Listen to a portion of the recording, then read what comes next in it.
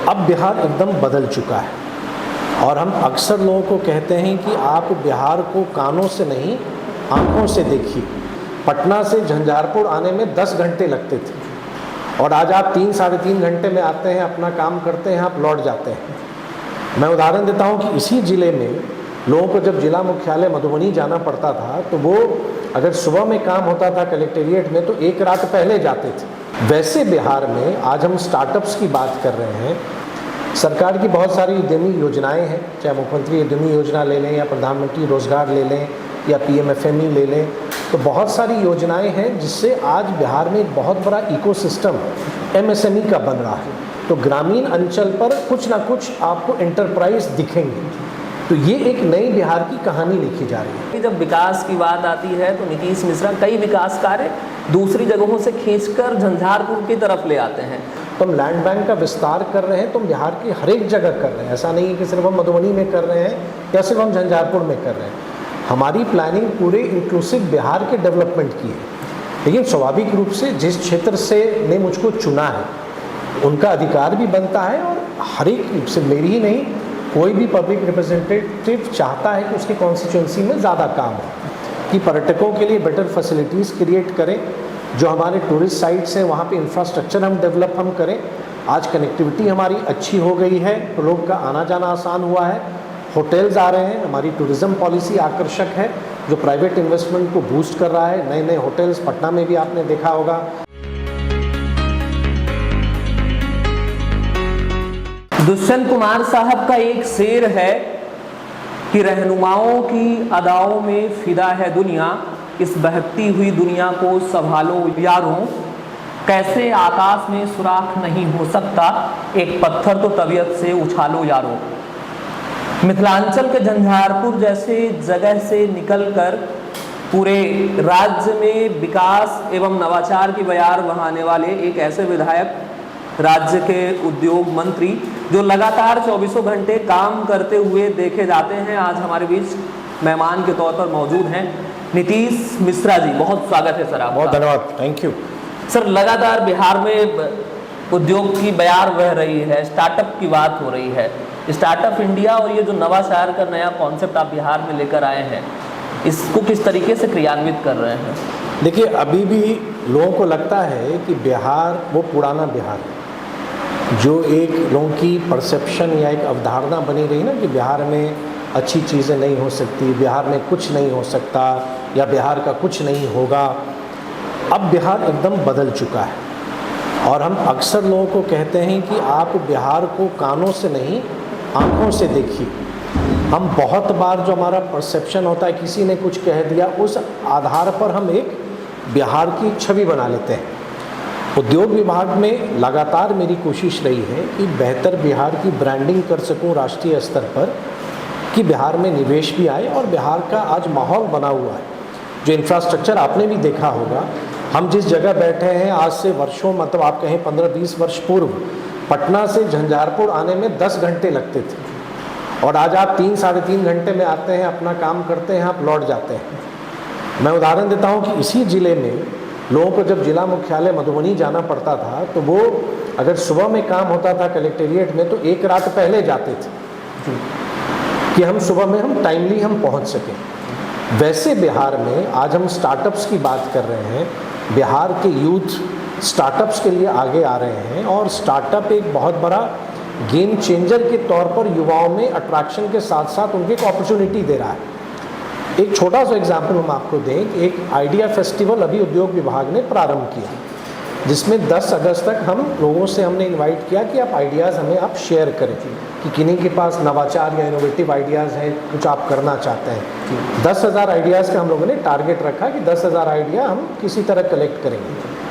कल तक लगभग 20,000 से अधिक आइडियाज़ हमारे पास आ गए और आप देखेंगे कि बिहार के हर एक ज़िलों में हमारे कार्यक्रम हो रहे हैं, स्टार्टअप्स के कार्यक्रम हो रहे हैं और जिस हिसाब से युवाओं की भागीदारी हो रही है वो एकदम अप्रत्याशित है। और दुनिया या देश, और जहां देश में जो हमारा स्टार्टअप इकोसिस्टम अब धीरे धीरे बढ़ रहा है और विश्व की तीसरी सबसे बड़ी स्टार्टअप इकॉनमी हमारी हो गई है, बिहार उसमें भी अब आगे बढ़ रहा है और विगत 1 वर्ष में लगभग 1000 स्टार्टअप्स हमारी बढ़ी है, जो बिहार स्टार्टअप नीति से वो जिनका हम लोगों ने उनको पॉलिसी के तहत अप्रूवल दिया है। तो आपने सही कहा कि एक पूरा बदलाव आप देख सकते हैं। सर एमएसएमई को लेकर आपकी तरफ से, जैसे अभी आप जिस क्षेत्र से आते हैं, मखाना और तमाम यहाँ पर ऐसी संभावनाएं हैं, तो एमएसएमई को लेकर क्या कुछ प्रयास किया जा रहा है?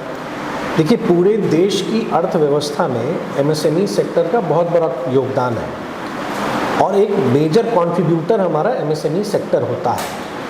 और बिहार जैसे राज्य के लिए भी एमएसएमई तो हमारे लिए आप समझिए कि एक आप जो समस्याओं का या पूरी अर्थव्यवस्था को अगर हम यूँ कहें कि बिहार की ग्रामीण रूरल इकॉनमी के टर्न अराउंड का साथ साथ जॉब क्रिएशन के लिए एमएसएमई सबसे बड़ा सशक्त माध्यम बनेगा। सरकार की बहुत सारी उद्यमी योजनाएं हैं, चाहे मुख्यमंत्री उद्यमी योजना ले लें या प्रधानमंत्री रोजगार ले लें या पीएमएफएमई ले लें, तो बहुत सारी योजनाएं हैं जिससे आज बिहार में एक बहुत बड़ा इकोसिस्टम एमएसएमई का बन रहा है। और आप भी देखेंगे कि किसी भी गांव में आप चले जाएं, हम तो अभी झंझारपुर में हैं या मधुबनी की नहीं, हम बिहार के किसी भी हिस्सों में आप चले जाएंगे तो ग्रामीण अंचल पर कुछ ना कुछ आपको एंटरप्राइज दिखेंगे। तो ये एक नई बिहार की कहानी लिखी जा रही है। आप पूरे राज्य के मंत्री हैं, पूरे राज्य की जिम्मेदारी है आपके पास। मैं मधुबनी में था अभी आने के पहले, वहाँ कुछ लोग कह रहे थे कि जब विकास की बात आती है तो नीतीश मिश्रा कई विकास कार्य दूसरी जगहों से खींचकर झंझारपुर की तरफ ले आते हैं, चाहे वो मेडिकल कॉलेज की बात हो, चाहे वो स्टेडियम की बात हो। तो भेदभाव का इस तरीके का आरोप लगता है आप पर? नहीं, भेदभाव देखिए, जब हमने मंत्री पद की शपथ ली पूरे राज्य के विकास के लिए और जब हम राज्य के औद्योगिक मानचित्र को बनाते हैं या राज्य में जब हम निवेश आकर्षित करते हैं तो बिहार का कोई हिस्सा ना छूटे। जिस भी हिस्से की जो स्ट्रेंथ है वो स्ट्रेंथ के अनुरूप वहाँ पे प्रपोजल्स आए, प्रस्ताव आए। हमारा लैंड बैंक कम था इंडस्ट्रियल एरिया का, 7 जिले थे जहाँ औद्योगिक क्षेत्र नहीं था, तो हम लैंड बैंक का विस्तार कर रहे हैं, तो हम बिहार की हर एक जगह कर रहे हैं। ऐसा नहीं है कि सिर्फ हम मधुबनी में कर रहे हैं या सिर्फ हम झंझारपुर में कर रहे हैं। हमारी प्लानिंग पूरे इंक्लूसिव बिहार के डेवलपमेंट की है। लेकिन स्वाभाविक रूप से जिस क्षेत्र से ने मुझको चुना है उनका अधिकार भी बनता है और हर एक रूप से मेरी ही नहीं, कोई भी पब्लिक रिप्रेजेंटेटिव चाहता है कि उसकी कॉन्स्टिट्यूंसी में ज़्यादा काम हो। लेकिन आप ये कहें कि हम कहीं का हिस्सा हम ला रहे हैं, नहीं, जिसकी जो जगह है वो मिल रही है। हाँ, मेरे एक्टिवनेस के कारण या मेरी जानकारी के कारण या मेरे अनुभव के कारण शायद हम कुछ वैसे प्रोजेक्ट्स हम ला पाते हैं अपने क्षेत्र के लिए। और सरकार आप देखेंगे मुख्यमंत्री नीतीश कुमार जी के नेतृत्व में बिहार के हर एक हिस्से में डेवलपमेंट हुआ है। और आज आदरणीय प्रधानमंत्री नरेंद्र मोदी जी के विजन के अनुरूप देखेंगे तो जब हम सबका साथ सबके विकास की बात करते हैं तो हम हर एक क्षेत्र की बात कर रहे हैं। सभी राज्यों को बराबर मौका मिल रहा है। एक दौर था जब रीजनल इम्बैलेंस था, आप भी समझते हैं इस चीज़ को, एक जो क्षेत्रीय असंतुलन हुआ करता था। लेकिन आज बिहार के हर एक हिस्से में अगर चंपारण में इंडस्ट्री आ रहा है तो पूर्णिया में भी आ रहा है, अगर कैमूर में आ रहा है तो मधुबनी में भी। सर टूरिज्म की भी जिम्मेदारी आपके कंधों में रही है, टूरिज्म को लेकर क्या कुछ प्रयास हुआ बिहार में? नहीं, देखिए, बिहार तो मैं कहूँगा नेचुरली ब्लेस्ड है। चाहे अगर आप धार्मिक पर्यटन जिसको रिलीजियस टूरिज्म कहिए या नेचर टूरिज्म आप कहिए, तो बिहार हैज़ गॉट एवरीथिंग, या हिस्टोरिकल टूरिज्म भी कहिए, तो Bihar has everything to offer. मतलब बिहार में सब कुछ है जो किसी पर्यटक को आकर्षित कर सकता है। लेकिन हमारे साथ विडंबना क्या रही, जो मैंने प्रारंभ में कहा कि बिहार की जो परसेप्शन बनी, तो शायद ही कोई लोग अपने जब हॉलीडेज़ फैमिली के साथ प्लान करते हैं तो बिहार जाना चाहते हों। हमारी ये कोशिश रही जो 8-9 महीने में पर्यटन मंत्री रहा कि पर्यटकों के लिए बेटर फैसिलिटीज़ क्रिएट करें, जो हमारे टूरिस्ट साइट्स हैं वहाँ पे इंफ्रास्ट्रक्चर हम डेवलप हम करें। आज कनेक्टिविटी हमारी अच्छी हो गई है तो लोग का आना जाना आसान हुआ है, होटल्स आ रहे हैं, हमारी टूरिज़्म पॉलिसी आकर्षक है जो प्राइवेट इन्वेस्टमेंट को बूस्ट कर रहा है। नए नए होटल्स, पटना में भी आपने देखा होगा कि पहला 5 स्टार होटल हमें मिला। तो अब टूरिज़्म एक ऐसा पोटेंशियल सेक्टर है जो आने वाले समय में बिहार के टर्नअराउंड में बहुत बड़ी भूमिका निभाएगा, क्योंकि टूरिस्ट जब आते हैं तो पूरी जो अर्थव्यवस्था है उसमें भी उनका कंट्रीब्यूशन होता है। सर अभी सत्र चल रहा था, सत्र के दौरान नेता प्रतिपक्ष तेजस्वी यादव कह रहे थे कि सरकार नकलची है और खटारा है पूरी तरीके से। आप मौजूद रहे हैं सत्र में, वहाँ पर पूरी तरीके से तो जो चौराहों पर खड़ा युवा है, जो गांव-गांव में लोग हैं, यूथ है खासतौर पर, वो काफ़ी कंफ्यूज हो रहा है इन तमाम चीज़ों को लेकर। तो बिहार के युवाओं को आप क्या संदेश देना चाहते हैं? देखिए, हमारे युवा तो मैं मानता हूँ ब्लेस्ड जनरेशन है। ब्लेस्ड जनरेशन इसलिए है कि जितनी सूचनाओं को प्राप्त करने के रिसोर्सेज या संसाधन उनके पास है, वो हम लोग जब उस एज में रहे होंगे वो नहीं था।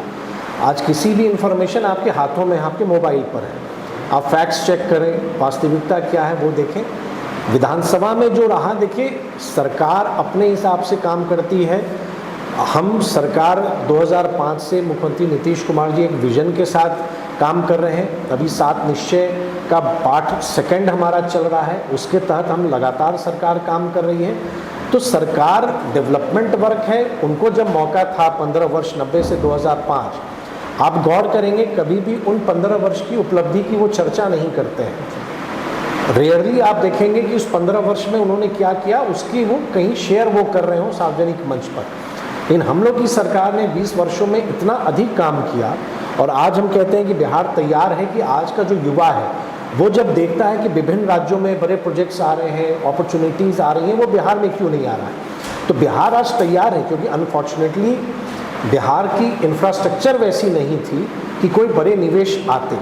आज बिहार इज़ गॉट एवरीथिंग, जो मैंने कहा कि आज बिहार सब कुछ है। बिहार में पॉलिसीज़ अच्छी है, गवर्नमेंट अच्छी है, तो अब निवेश आएगा। और बिहार में एक संभावना है कि पूरे पूर्वी भारत का प्रमुख ग्रोथ इंजन बन के बिहार आने वाले समय में इमर्ज करेगा। बहुत धन्यवाद, थैंक यू। तो ये थे हमारे साथ बिहार के उद्योग मंत्री नीतीश मिश्रा, जो कि लगातार बिहार में स्टार्टअप, नवाचार, एमएसएमई जैसे क्षेत्रों को बढ़ाने के लिए कार्यरत हैं, और स्टार्टअप महाकुंभ जैसे जगहों पर बिहार की तूती और बोलबाला देखने को मिलता है। इसके पीछे इनकी मेहनत होती है। आने वाले दिनों में हम बिहार चुनाव से लेकर आपको तमाम अपडेट देते रहेंगे। तब तक के लिए कैमरा पर्सन केशव के साथ मैं विकास भारद्वाज, फ्रंटलाइन 24।